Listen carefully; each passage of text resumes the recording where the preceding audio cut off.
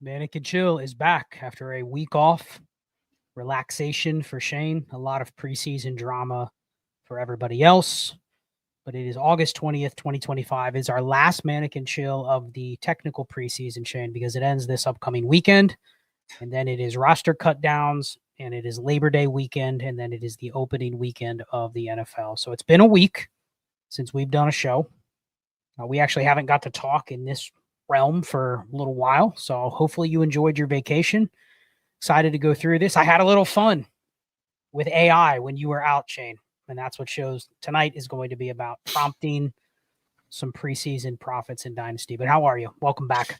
I'm good, man. I'm good. Yeah, it feels like I missed a lot. Ashton Genty is the running back one out of rookies again, it looks like, because he did things that we already saw in college. So that was fun. Big trade today, though. Big trade just went down as we were going on the air. Sky Moore going to San Francisco. That wasn't even the biggest trade. No, not even close. Devon Vele traded for a 4th and a 7th, which people are going, why are the Saints giving up picks for wide receiver 4s? I mean, just because we're here, does it say anything about Olave? Does it say anything about Rashid Shaheed? Does it? I guess Mason Tipton's the 3rd guy, so it really doesn't matter. But you're giving up a 4th and a 7th. 4th isn't nothing, you know? This is the Saints paying back the Broncos for the haul they got for Sean Payton. So this is Sean Payton getting revenge on the Saints. Okay. Adam Schefter wrote an article, or at least there's something posted to ESPN. I ain't going to have time to read that. And all it says is really basically that he was traded. Yeah, so we got big trades. Devon Vele moving on. Sky Moore moving on. But you know what's funny about those trades is they kind of go along with the theme of tonight, right? Like you're liquidating some assets you don't need. And that's what both these teams did. They don't need these players and moved on from them as opposed to just cutting them, which I thought was a... And you know what's funny is that, you saw the reports that the 49ers and the Vikings were looking for wide receiver help, right? Yeah. Probably not relevant for us. But there's a lot of people out there going like, man, the only thing the Bengals have is receivers. And I'm going like, there's no way a team would actually give you anything for like Jermaine Burton or Mitchell Tinsley. But like, I didn't see Devon Vele going for a 4th. No, so and maybe the Vikings will step in and give like a 6th for Charlie Jones. Maybe look, he had a touchdown this weekend. I did see that, right? These two trades give hope for all of those receivers on the back ends of your roster, especially in best ball, that like, would you be shocked if people picked up some Sky Moore, Shane? I mean, no. Weirder things have happened, right? Dude, we're always telling ourselves a story as to why a player is going to a late round or a late low. That's what I'm looking for. An asset that you don't have to spend much on could be this league winner. It's partly why everybody's been glazing JCM over the last week, which I thought was hilarious because we've already been on him for a while ago. But whatever, people discovered JCM over the last week or two, which is pretty fun. Well, let's stop there because that was on the show sheet. Anybody that read the description, that was the one thing I needed to make sure we get fleshed out from Shane. Bill Croskey-Merritt. Did you see the reason why he calls himself Bill? Did you see that story? No, I didn't see it. I just assumed it was because it's so plain and then his first name is not. It's actually from Little Bill by Bill Cosby. The cartoon. The cartoon. Okay, I remember that. Yeah. And people are like, is that real? Because, I mean, the cartoon is older than he is. So you're just wondering how that came about. But anyway, that's the backstory. But I wanted to get your take. Like, dude, people are paying. People are assuming he is basically just Brian Robinson with juice, even though he did play into the 3rd quarter of the preseason game when they didn't play Austin Eckler and they sat Chris Rodriguez. So if that says anything about their backfield. So that feels like a lot of people just overlook the whole Chris Rodriguez part of this equation, that he's the one that looks like is going to be the starter. If you're going off last week's preseason game, if you're going off of that, he looks fits like the Brian Robinson mold to a degree. And I think, put it this way, I'm excited about Croskey-Merritt just because he's a shiny new toy on a good team where the other backfield mates are not great, right? That's a fair reason to be excited about a rookie. But I think this whole thing wasn't just about Croskey-Merritt. I think they just looked at their backfield and said, okay, Chris Rodriguez, Ja'Cory Croskey-Merritt, or Bill, and Austin Eckler. Like, it's hard for us to fathom because we've seen Brian Robinson as like the starter, but they're sitting there going, yeah, these guys are just as good. He's replaceable. So there's no reason we have him. If we could get a 7th rounder, we'll just roll with these guys because there's no difference. Yeah, exactly. He's replaceable to him. Brian Robinson is. And I guarantee you they'd move any of those other two guys, not Eckler, because Eckler holds a different role there. But I'm pretty sure they would move any of those guys if they could get a decent return. It's just Robinson is the most known quantity, so he's probably the player you can get the most on the market for. Highest capital. He's a 3rd rounder from Alabama, whereas Rodriguez was a 6th. Crosky Merritt was a 7th. You know what I mean? Plus, those guys are younger. Yeah. They're a year younger in terms of the Commanders control both of those guys for at least 2 more years. You know what I mean? Like there's a reason that he's expendable, and it's not because he can't play. He's just replaceable. You know what I mean? Right. He's a guy that will bounce around. Maybe he finds another team or two. You know who he is? He's probably very similar to how the market viewed somebody like Elijah Mitchell. You know what I mean? He's good enough to be on a team, but we probably valued him as a starter. It just shows you how fragile that starting role is. When you take it away, what is Brian Robinson? He's on a team, right? Jag's got it right. Robinson is the most expensive but expendable player for them, and that's 100% true. Anthony echoed that comment. Just want to hit on it just real quick on a couple of these, but this is where I am. So Anthony West can't get more than a 3rd for Bill, so just holding on to him. That's where I'm at, dude. Last night, while I'm watching Popeye's Revenge, great movie by the makers of Winnie the Pooh, Blood and Honey, if you want to check that out as a recommendation. But while I'm watching that, I just put JCM on the trade block in every league I'm in and just waited for the offers because I've seen him move for seconds in leagues. I've seen it.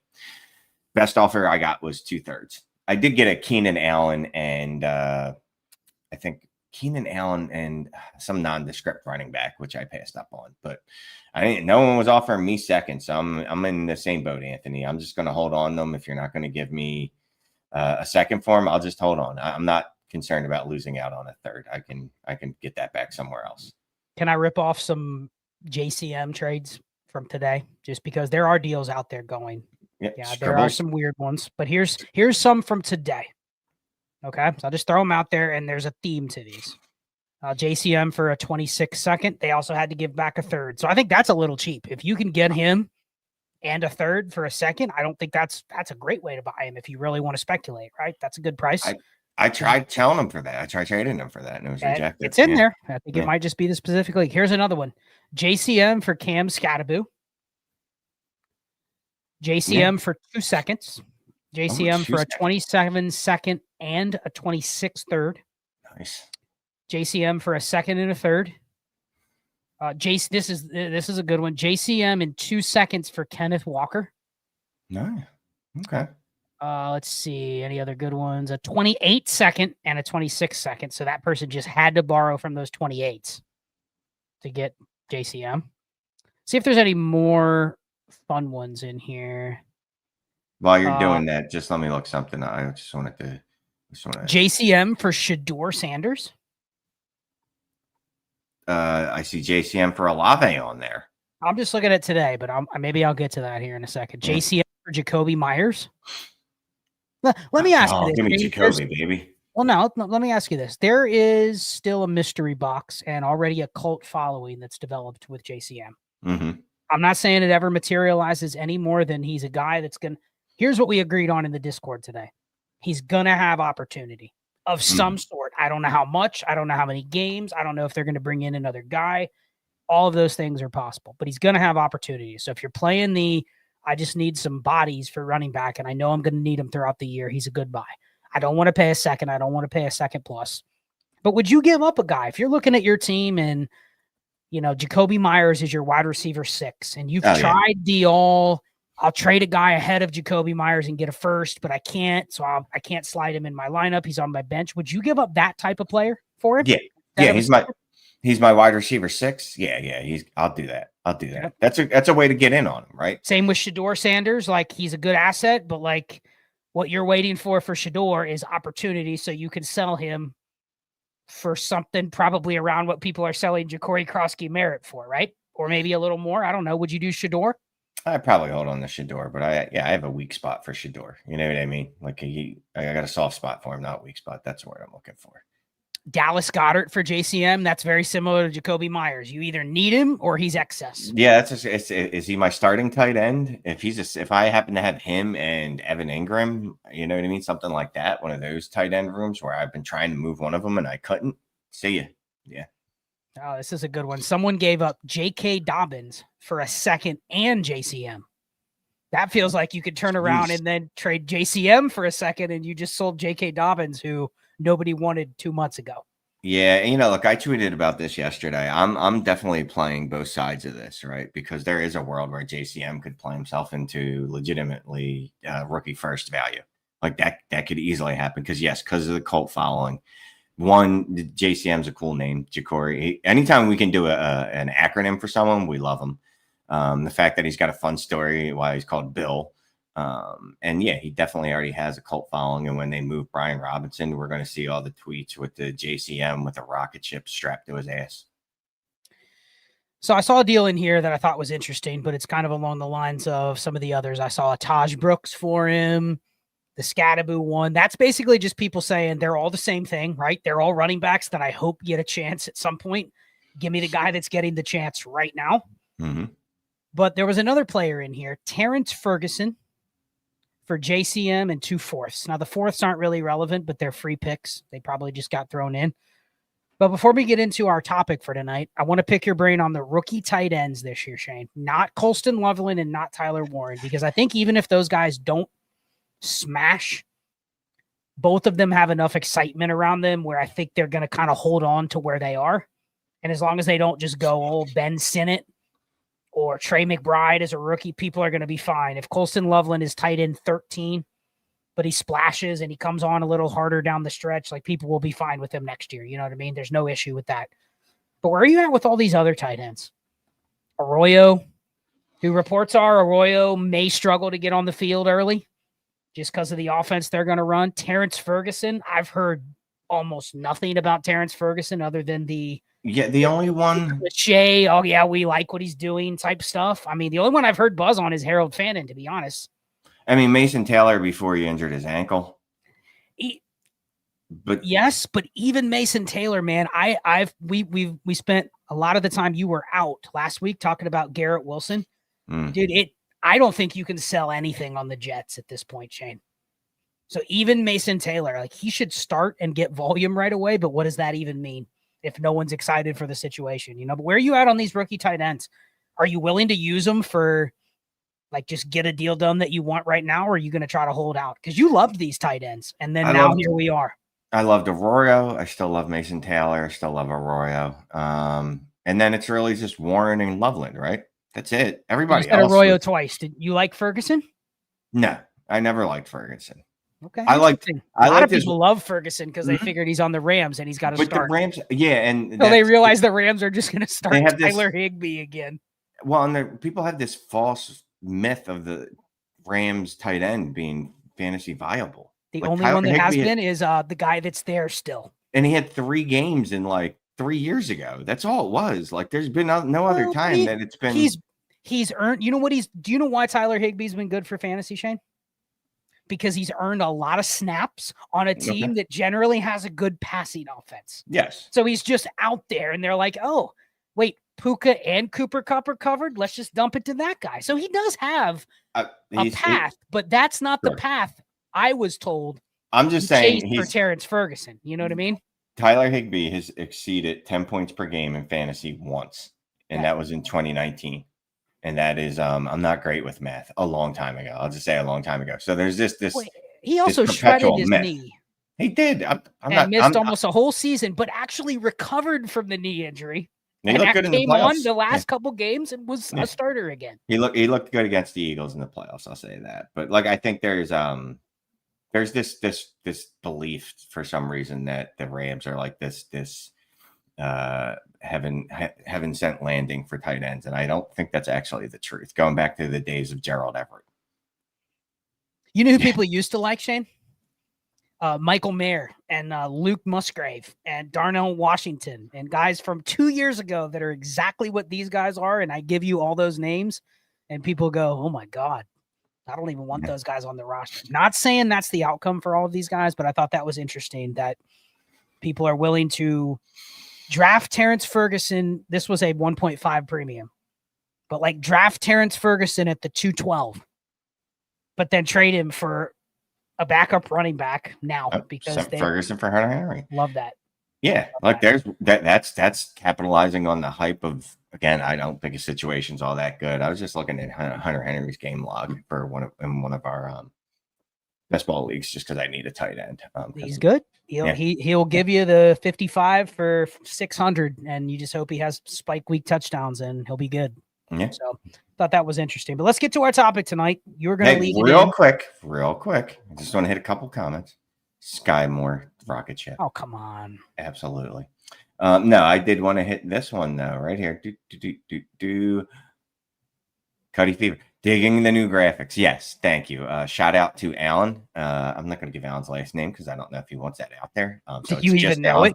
Yeah, I do because I have his Gmail. He emailed us. So assuming he didn't send this fake one. Yeah, it's our dude Alan.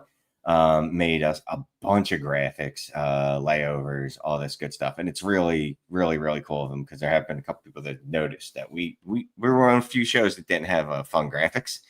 And also he had to deal with me, and I have no idea what I'm even asking for him. And I even, instead of asking for an overlay, I think I asked him for a layover, which is not the same thing. A layover is where you stay on a flight. And so anyway, thanks, Alan, and I hope you dig the new graphics, everyone. All right, well, let's get to it.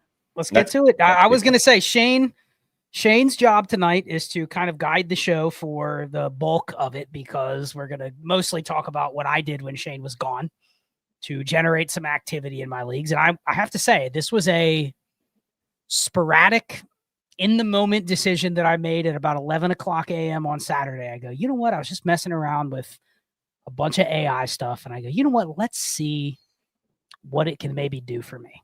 And it literally took about 15 seconds.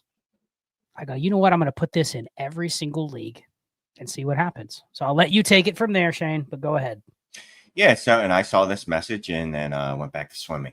So this is the message, and you used AI to help you, right? So in Sleeper, you tagged everyone on MFL. You had to email them because there is no way to tag everyone on MFL. I guess you could put something in the chat.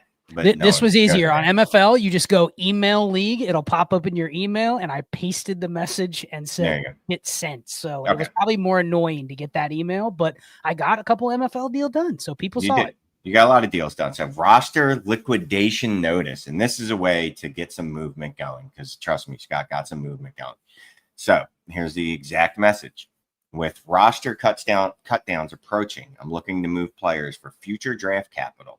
My preference is for 26 and 27 picks, but I'll review all reasonable offers. No players are off the table. I'll evaluate each offer based on my current roster construction. No negotiation. Simply send your best offer. I'll either accept it or reject. Scott notes he did counter a few. Quick turnaround. All trade offers will be responded to within 2 hours. And then he noted, I knew I'd have time to respond within minutes that day. So what's funny, and I just want to put this out there, right? Roster liquidation notice. You literally sent an email. This email there, that message actually says, does anyone want to make a trade? That's the exact message, right? But you put in some specifics, so it made it sound like it was more actionable, which is actually a really good thing to do instead of just spamming the chat going, hey guys, does anyone want to trade? Which is basically what you did, but with fancier words, because you used, like I said, some parameters, but your parameters kind of were null and void as you read through the message. So that was a really good message, though. Well, and the goal was, again, efficiency, right? I didn't want to have to do the work. Now, that doesn't mean that I didn't do a little work, because I did have to sit there, reject a bunch of terrible offers. I probably got 70 offers on Saturday, and I only got, I think, 11, 12, maybe 12 total trades done since then. So more often than not, I rejected, and a couple of those trades were done based on counters. But I didn't have to do a lot of work, Shane. I mean, how fun would it be? This would be right up your alley. How fun would it be to get 70 trade offers? Now, you can't, if you let them go too long, you'll get overwhelmed of how many there are, where they're coming from. So I did have to kind of sit down and go, okay, I can look at 5 offers at one time and figure out pretty quickly. And you do have to have a method to your madness when you're looking at individual leagues and teams. But I have a pretty good handle of that. So I'm like, let's just see what comes in and we'll go through some of the deals. So is it before we go through the deals, is it something you might try? Like, you can't do the same thing as me, but I think you can do creative ways to drum up interest to get other people to come to you.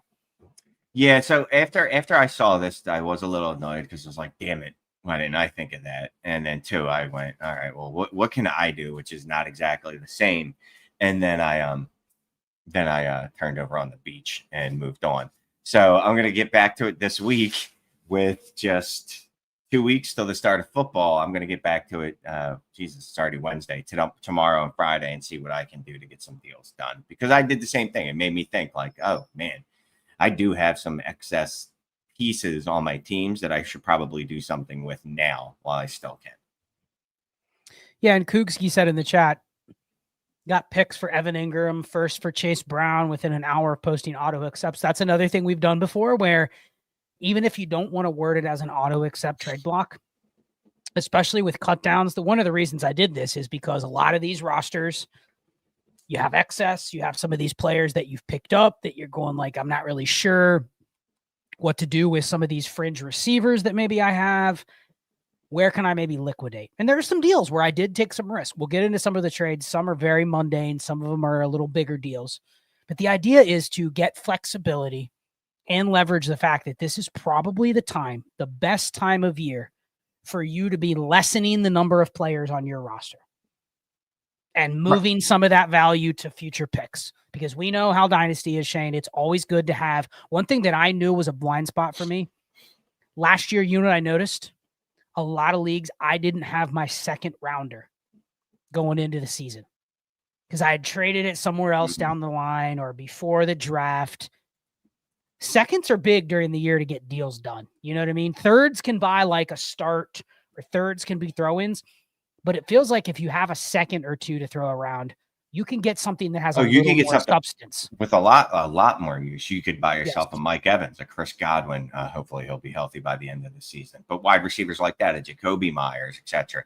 Get 2 seconds, a Devontae Adams, something like that. Like, have seconds. You got to have them at least one laying around that can get you a legitimate old starter or rest of season starter that thirds sometimes just can't get there. So right, and then while we're going through this too, though, it's going to be important not to get stuck holding the bag with too many picks moving in after this season, right? True. Talk about that. You want to be what do you do if you have tons of picks? What's the plan? Well, the hope is you're going to be able to use a lot of these to make moves in season, right? So you don't have seconds right now, but can you use a third and a player to get a second, something like that, so that you do have a second in season? Obviously, the third in seasons, we always use that on running backs and quarterbacks for spot starts as we can. It's just, you don't want to go into the next draft with 6 third-round draft picks, 4 third-round draft picks. That's a little more than you want to be going at, but it's good to be adding them now. It's just know that you need to be active and use them. Like you did, you have to be proactive, and that's always a big thing that I don't know that people realize. It's important. You have to be proactive because there's other people in your league that have the same assets, and if you're not shopping yours and they are, well, guess what? They're being more proactive than you. They're the ones that are going to make the moves. Well, let's get to some of the deals. We don't have to go in order because some of them are, they're just transactional. A couple of them are just players for players. Any of them, I know you got a chance to look at them a little bit. Any of them that stood out to you that you were like, that's interesting? There's a couple bigger ones. Any that stood out? Well, the first one I actually think is fun. Really. So we'll just go that. It's Developmental Football Frenzy. It's a 12-team start 13. 2 QB and 2 tight ends. That is a monster. Half-point tight end premium. You gave up, since you're the host, we'll go that way. You're the home team. You gave up Caleb Johnson, Brandon Ayuk, and Russ Wilson. You got back Travis Etienne.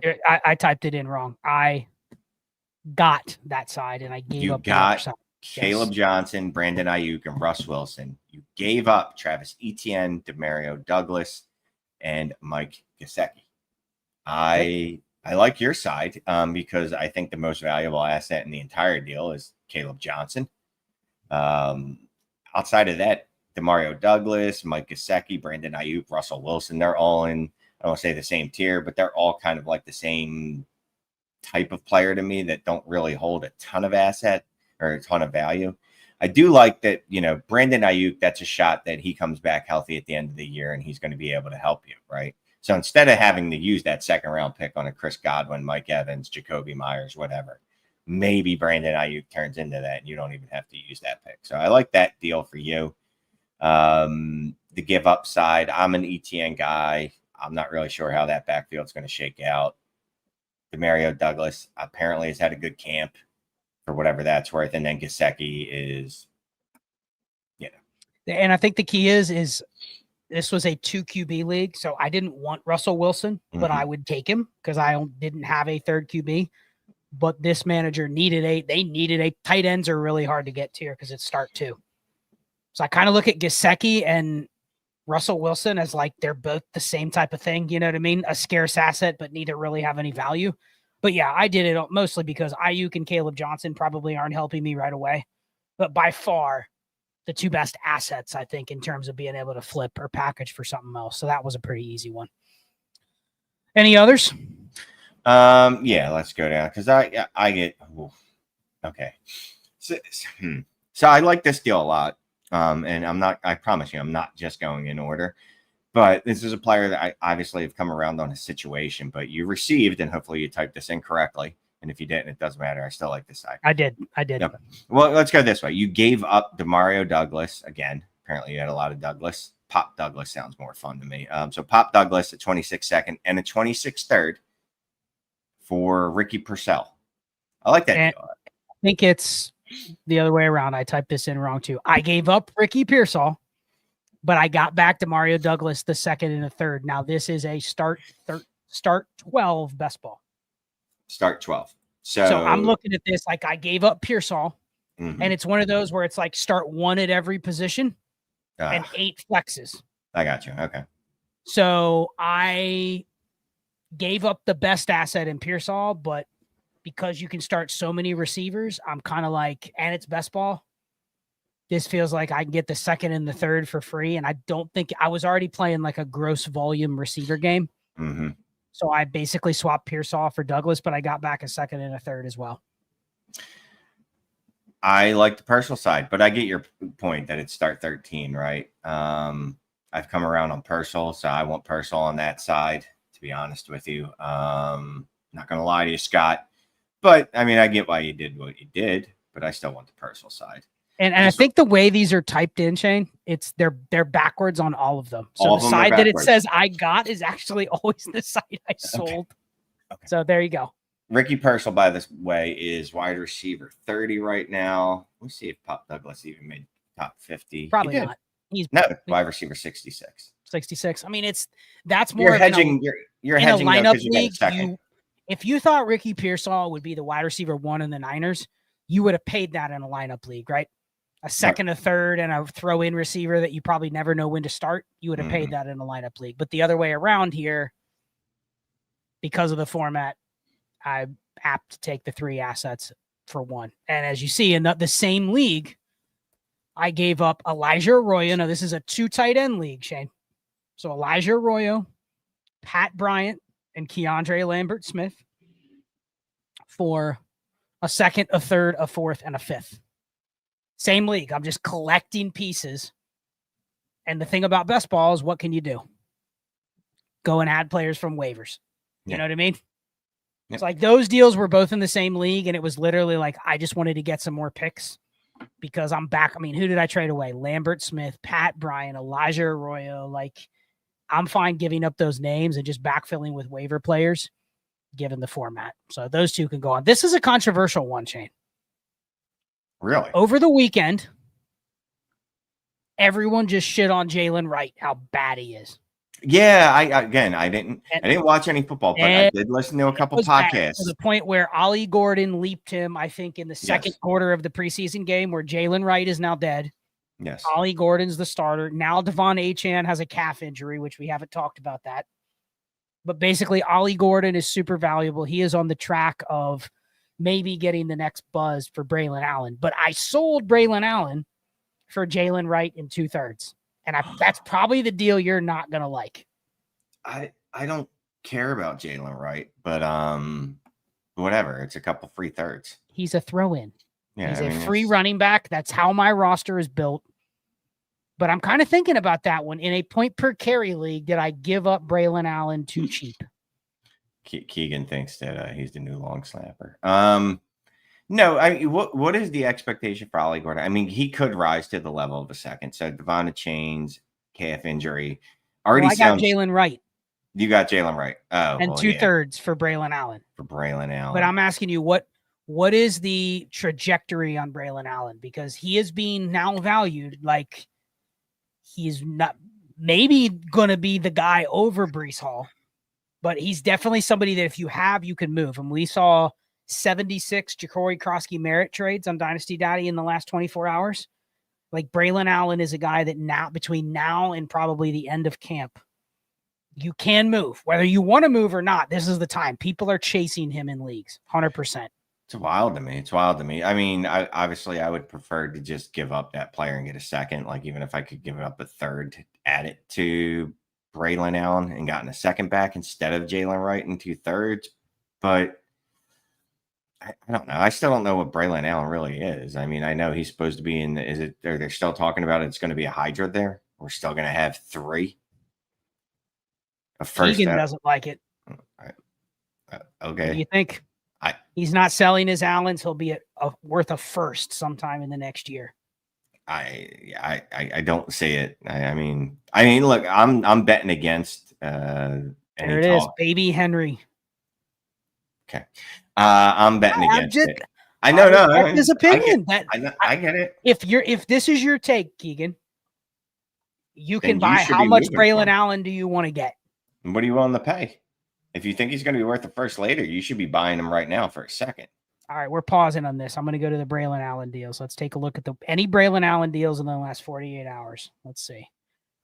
Braylon Allen. I'm searching 4 or less assets. I don't want any of these deals where he's a throw-in for like 10 pieces.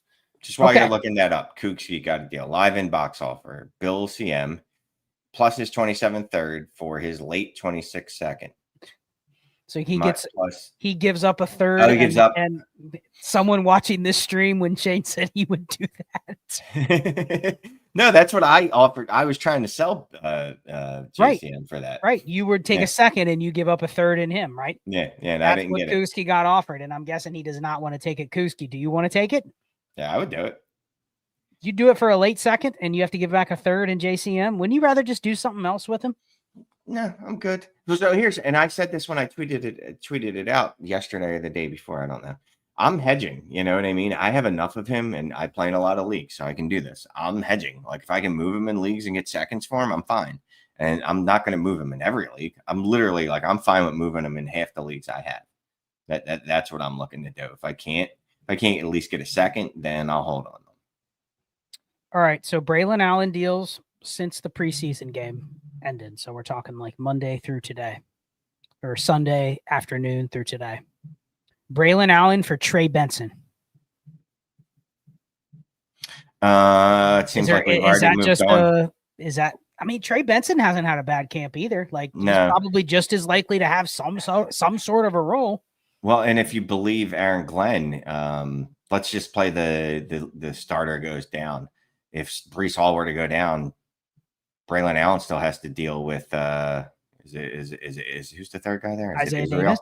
Isaiah Davis. I'm sorry. Where's Abanikanda? Trey Benson. Abanikanda's on. Yeah. Sorry, they already went through. Yeah. But either way, Benson has to deal with your boy Giuseppe. He does have to deal with Giuseppe, who is a professional and will get on the football field and steal touches from you. Yeah. Here's one. This one's interesting. In a 12x10 superflex, Braylon Allen for Justin Fields. Justin Fields, please. By 1,000, by 100 kabillion. Braylon Allen for Croskey-Merritt in a third. Oh, give me JCM in the third, baby. Okay.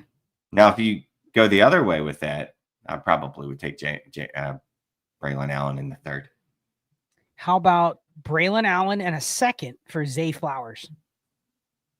I don't even like Zay Flowers, but I'll take Zay Flowers. I think a lot of people would say, you know what, they like Zay Flowers, but he's kind of capped, and it's hard to even get a first for him. It is, I but there think are that would people be a that'll deal pay for it. if you really think Braylon Allen independently could be flipped for more. I don't hate that deal. People don't want to give up a good player to split Braylon Allen and another piece that's not a first. So I think that's a deal most people would not send out. But I also can see where you could be very right on that deal for a guy like Zay Flowers, that even if he has another 950-yard season, just nobody's excited for him, Shane, ever. Braylon Allen for Michael Pittman and Roman Wilson. That's how you buy one of these like rising tides, you know what I mean? For just a guy that there's no way you can trade for a second and just a throw-in piece. Like if that's how you can get players like this that have a lot of upward mobility, that's what I want to try to do. Here's one. 26 first and a fourth for Braylon Allen and Tyreek Hill. What was it? I'm sorry. A first and a fourth for Braylon Allen and Tyreek Hill. Give me the first and the fourth, please. Interesting. So you'd add a Braylon Allen to Tyreek Hill to get a first? I can't move. Can you move Tyreek Hill for a first? Not by himself, but doesn't that feel like you probably should wait to see if Tyreek Hill does anything? No, I'm good. Or you just settle? No, I'm good. Okay. I'm willing to bet against Tyreek Hill at this point. So that's more about you're not betting on that human being following through and thriving, right? Yes. But and if all it takes is Braylon Allen is the running back 30. Braylon Allen, I'm just looking on KTC. Hate it if you want to. I don't really give a shit. Braylon Allen is ranked, rated higher, whatever, however you want to say it, than Tyrone Tracy, Jordan Mason, Tony Pollard, Travis Etienne, and Ja'Cory Croskey-Merritt as of right now. That's wild to me on a couple of those. Here are the 4 trades that went down during the game. Well, 3 of them. Okay. So literally like while this was going on, they're the only Braylon Allen trades from the day the game was happening. Braylon Allen for a 26 first and Jordan James. Braylon Allen and a first for Devon Achane. I'm just seeing your reaction. We had a long discussion today in the Discord, Shane. A lot of people worried about that Achane, that they would take a first.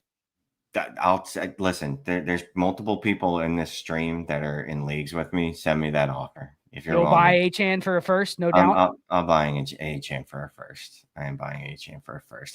Again, the tweets yesterday. I know the tweets yesterday said like Devon Achane might never walk again, and then today it got cleaned up where it's like, oh well, it's more preventative. Like people are just they're traumatized from McCaffrey last year. I get it. A calf injury that leads to this could lead to he's never playing football again. I completely understand. And if you look at I think it was Jeff. Trying to find Jeff's tweet on it, but I don't want to misquote him, but basically Jeff doesn't seem particularly concerned that he's going to miss a ton of time. I can't find it, so whatever. You know how there's panic that sets in when we're this close to the season. There's any like wrinkles in the close, people start to get really worried that their assets just going to be done for the year, you know? Yeah, people, I think they forget that the ultimate goal for a lot of these NFL teams is get your elite starters to the regular season healthy, right? So under normal circumstances, a player like, I don't know, let's just say AJ Brown, I'd say there's more than a 90% chance he'd be playing this week if it was a regular season game. And I think the same with the chain. I think it's more about we're trying to get these guys to make sure that they're healthy for the regular season. These aren't rookies. These aren't new offenses. You know what I mean? These are guys that know what they're doing. They've been in the offense. They're not new to the team. They're just trying to get them there healthy. Speaking of AJ Brown. Hillbillies, I offered him Judkins for a chain. And yes, I would still do that deal, Hillbillies. So if you want to send it back to me, because I forget what league that's in, send it. I'll take it. I sent it. I liked it, obviously. So yeah, man, that leads me to this. I mean, there's one more deal. Speaking of AJ Brown, somebody sold AJ Brown for Braylon Allen, a 27 first and a 27 second. That's not a bad return for AJ Brown.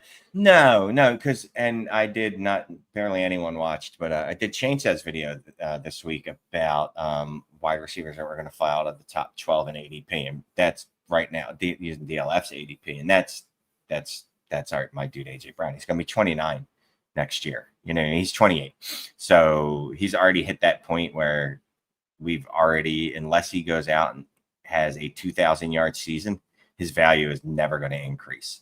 And he would need to drop 1,500 yards probably for it to hold. So we didn't get to talk about this. I keep forgetting that because, you and I do get to talk a little bit, but we didn't actually do a show last week. So we didn't get to really react to Judkins.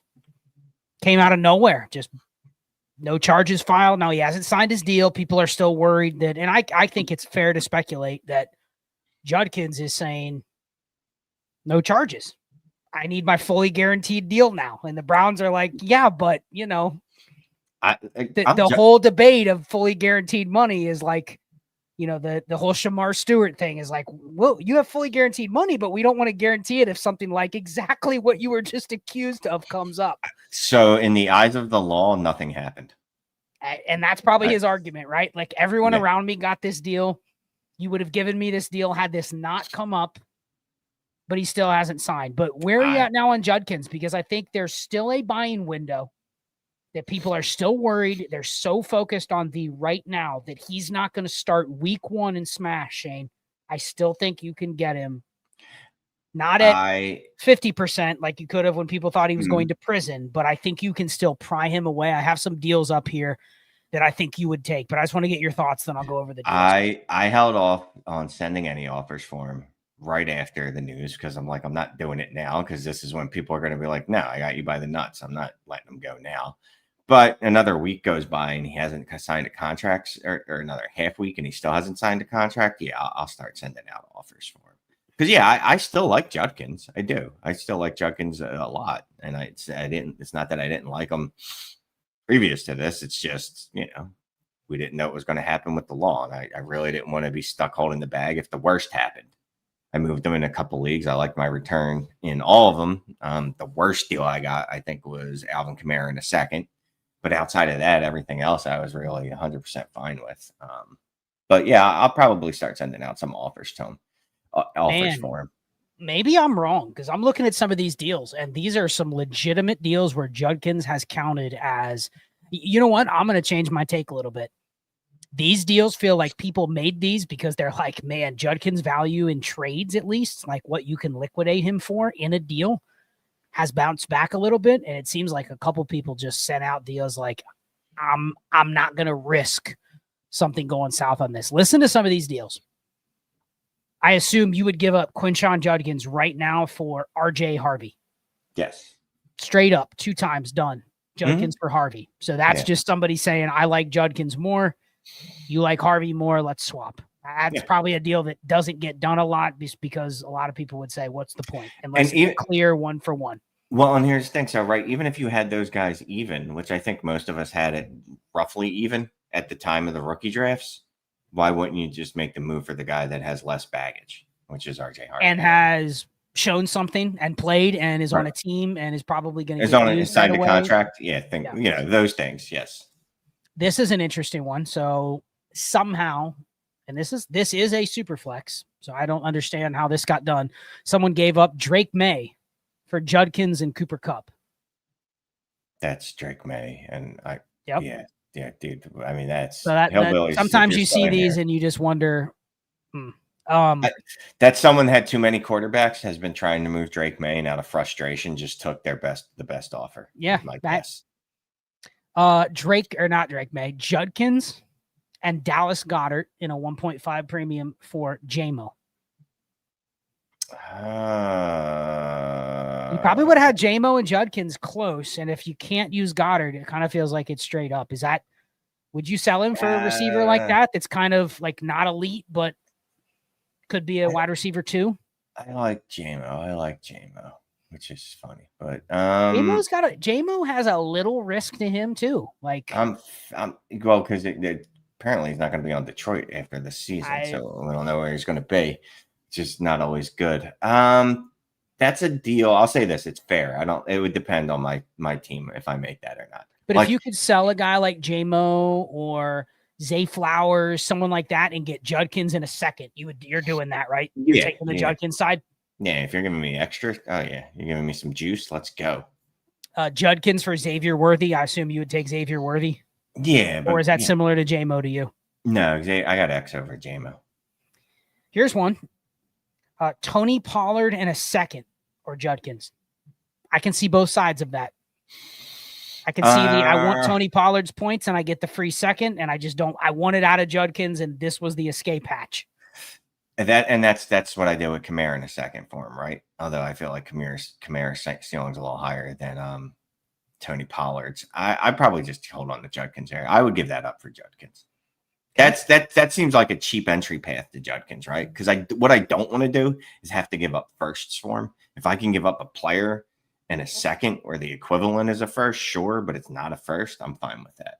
2 big boy deals, and we'll end it with this, and we'll kind of wrap the show up with some more AI stuff. Judkins, Derrick Henry, and a second for Ashton Genty. Let's give me some starter stuff here. 12 by 10. Damn it. I'm not getting bowed out at all, huh?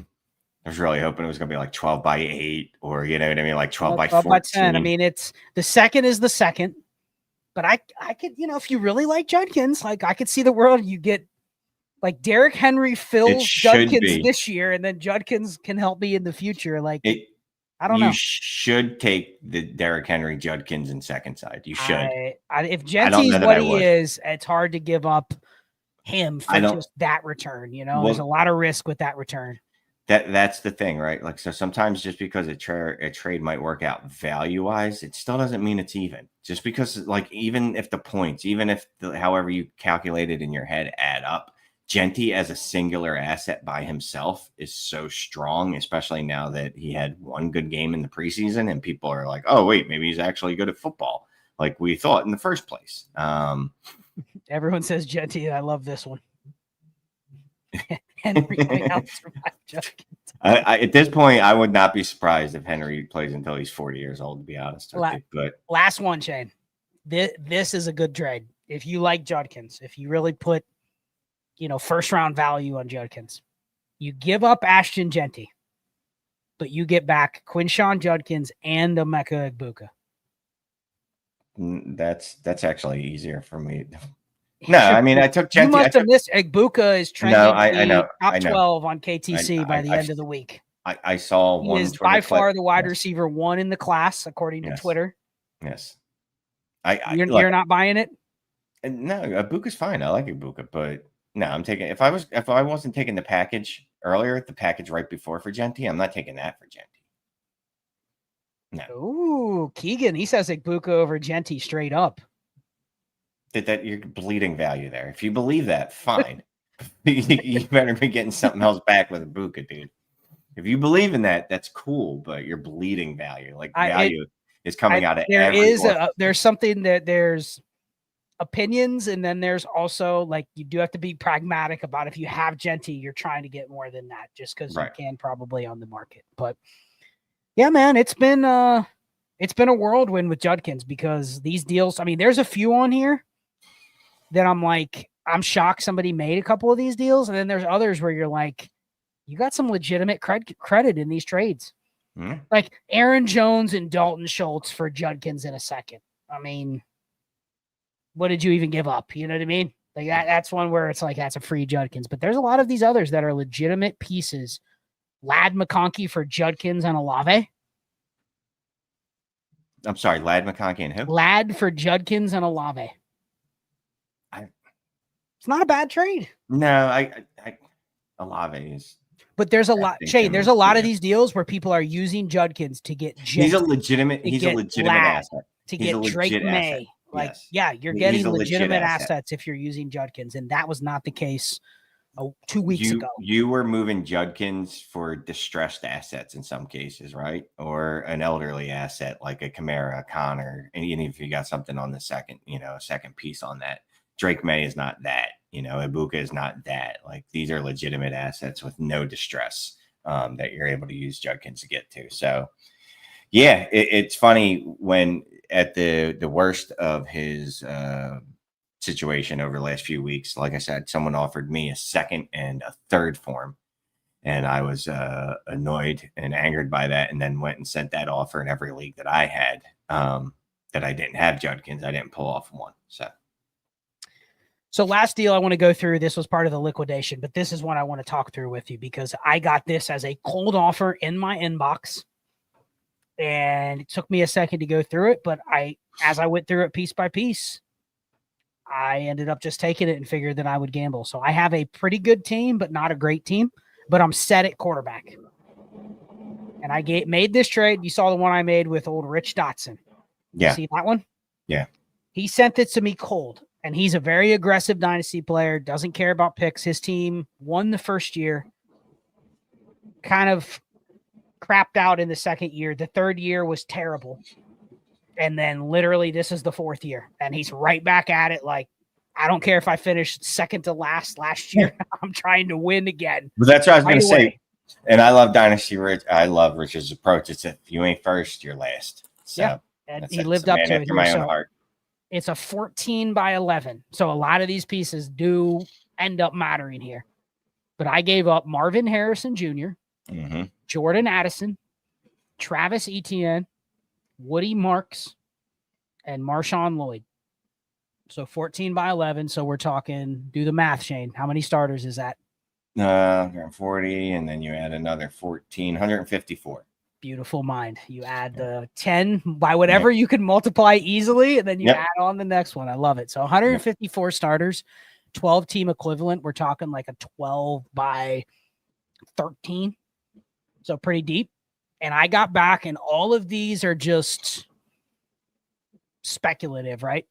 And obviously one of the pieces I got back with Jalen McMillan, apparently his neck is messed up. So that's probably I wouldn't say a 0 for the year, but it could be. But basically the long and short of it is I got back Luther Burden, 2 firsts, a 26 and a 27, a second, 2 thirds, 2 fourths, and 2 fifths. So those are just throw in, but call it Luther Burden, 2 firsts and a second for Marvin Harrison, Jordan Addison, Travis Etienne, and the throw-in running backs. What do you think? In a 14 by 11. I'm assuming Jalen McMillan meant more to you than he did now, because that was prior to finding out that his back was sprained, right? He's probably my wide receiver. I can look at my roster, but yeah, he was probably somebody I was expecting to give me something.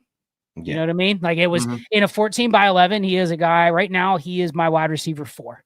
I do have Christian Kirk, Hollywood Brown, Luther Burden, Zay Flowers, and George Pickens.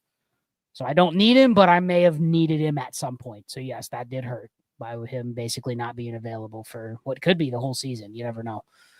But I got 2 firsts, Shane. I got the guy picked in the bottom 4 last year. And I got both of his next 2 firsts. Like that kind of feels like the type of bet you want to make if they're willing to go all in. That's the team you want to make it with, right? Yes. I mean, I'm looking at Rich's roster. Guess who his top 2 receivers are now? Jordan Addison and Marvin Harrison.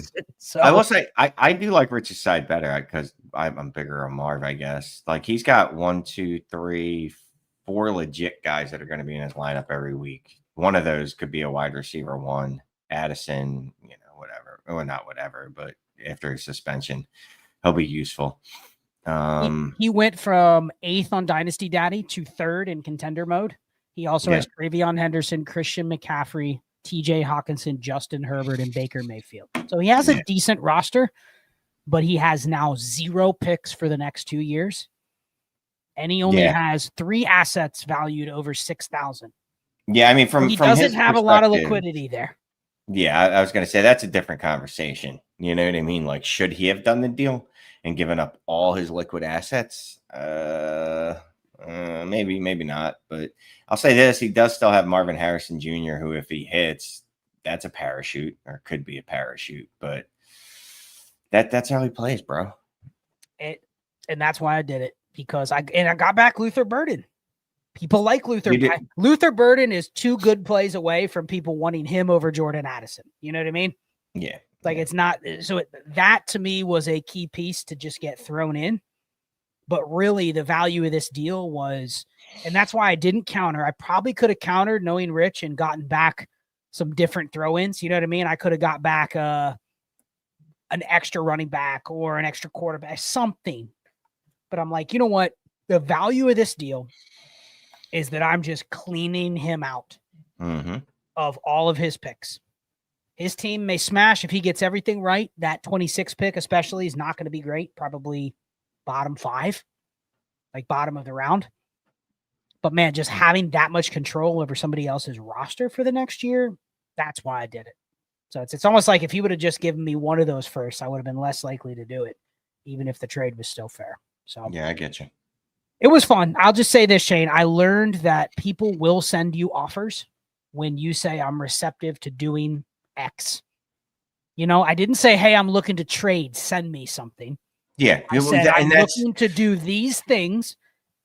I got a lot of bad offers, but I got some that people were like, okay, maybe like someone would send me a third for a player. And instead I countered with a third and a running back, and they did it. Like you sniffed out where the interest was and you got stuff done. It was easy. It was great. And that's what I was going to say. Like, again, you basically what you did is the equivalent, but in a smarter way, of saying, hey guys, does anyone want to trade? Hey guys and gals, does anyone want to trade? The equivalent of that, but you added some words to it. So it made it sound more actionable to people, right? It's kind of like when you put a deadline on something. Deadlines spur action, and sometimes when you get parameters, it spurs action. It just does. But if people actually took the time to read what you said, because AI wrote it, it's a lot of double speak of just saying, hey guys, do you want to trade? That's literally all it says. But again, it's the way that it's worded, which is a whole other conversation. So yeah. So got a couple comments. We have like 3 minutes. You want to go through a couple of these, and then reminder, if you have trades, we do them on Dynasty Deal Show. So we'll do a random trader here or there, but if you want your trades, like literally Dynasty Deal Show, got to become a member. That's how you support our channel. $3.99 a month, but we'll literally answer every trade you have. And when we say every trade, I mean, there's people in the stream that will ask like 6 trades in a day. Yes, they will. And that's fine. That as many as you want. So any other ones, any other comments you want to put up there? Yeah, here you go. Silence. Henry isn't invincible, but what are the Ravens' contingency plans, or if when he gets hurt? That's why Brian Robinson Jr. makes sense as his backup instead of these little rotational running backs. I could see it. I mean, they did sign Shane Myles Gaskin and Dearness Johnson, so they're clearly searching for a human that plays running back to be on the depth chart. Was Myles Gaskin on a roster anywhere last year? Because No. I was ready to. I've cut him from. Yeah, Myles Gaskin was on the Vikings last year, but he didn't play much, so that's why you don't remember it. But those two they signed.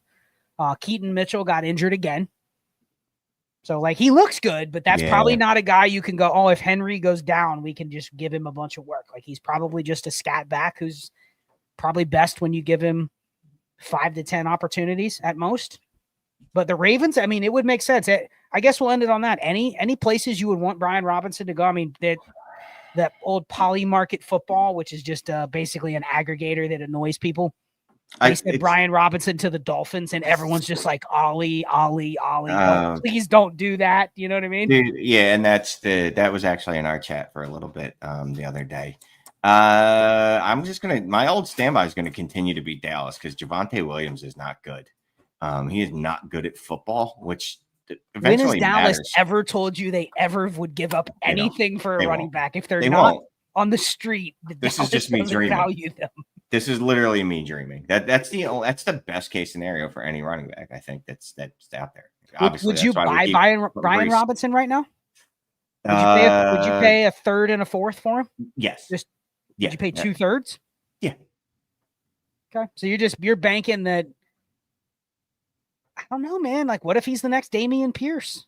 It's possible, but I don't that he goes somewhere and you think that he should go somewhere to get opportunity, and then he goes somewhere and you're like, I don't like where he landed. He's more buried than he was on Washington. Yeah, it's possible, but I'm not taking a high risk, or I'm not paying a lot for that risk. I'm paying 2/3.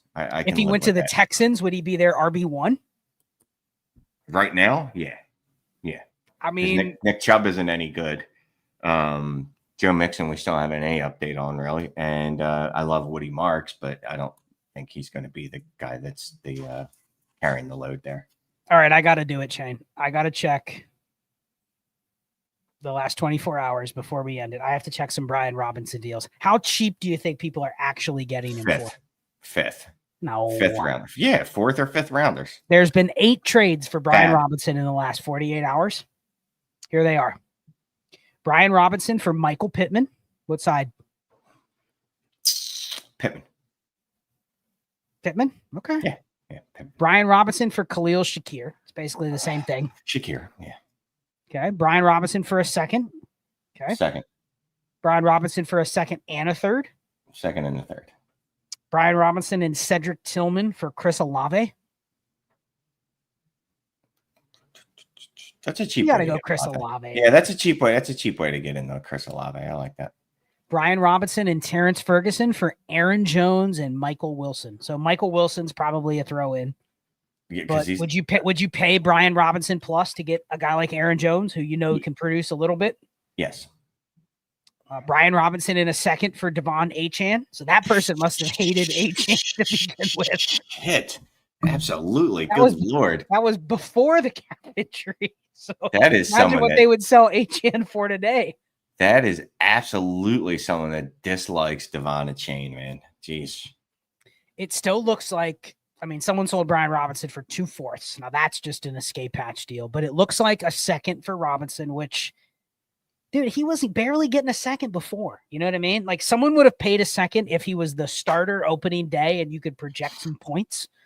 But I think people getting seconds just to speculate where he's going to go. Like, there's a world, Shane, he gets traded somewhere and you go, wait a second, why would a team trade for him when he's now their RB3? You know what I mean? Like he could get traded somewhere and you go, why did the Steelers trade for him? You know, like it makes no sense, but nobody likes the spot, so you can't trade him. So. Yeah. All right. All right. Thanks for tuning in, everybody. It was a good fresh look with the new graphics. Shout out to Alan again, who made the new graphics. Appreciate you. We have a kind of interesting idea that I'm trying to cook up for maybe another Manic and Chill. We have 2 weeks before the season starts. 2 weeks from tomorrow will be opening night. So something we got to get done before then. But I appreciate everybody that tuned in. Again, Friday night, 9 o'clock, Dynasty Deal Show. If you want your trades answered, become a member. The link is down in the description. Click the link. It's $3.99. You get 6 bonus shows at least a month. You get Destination Chill and Dynasty Deal Show, but that's where we'll answer all our trades. So with that, we are out. Have a good evening. Enjoy the last weekend of the preseason, and we'll see you next week.